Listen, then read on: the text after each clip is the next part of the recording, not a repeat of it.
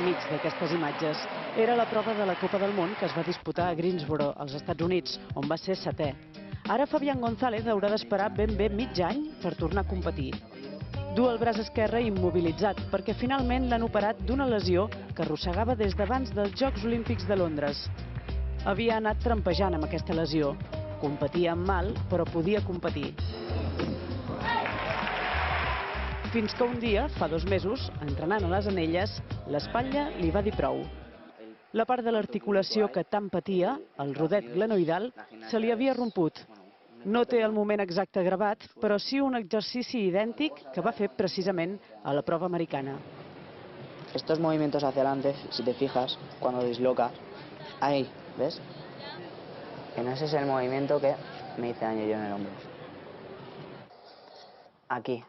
Tú subes, pero a la vez tienes que dejar el hombro abajo y tienes que hacer fuerza para arriba.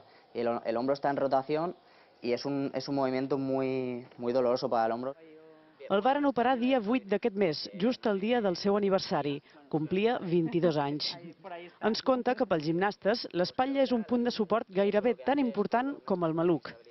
Amb aquesta operació recupera l'estabilitat que havia perdut.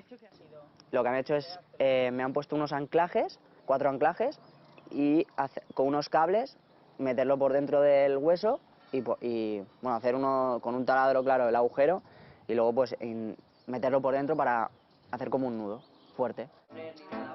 Aquests dies ha estat a cal seus pares, a Palma, ben acompanyat també d'en Petit, el seu ca. La recuperació va bé, però ell està ansiós per tornar a l'acció.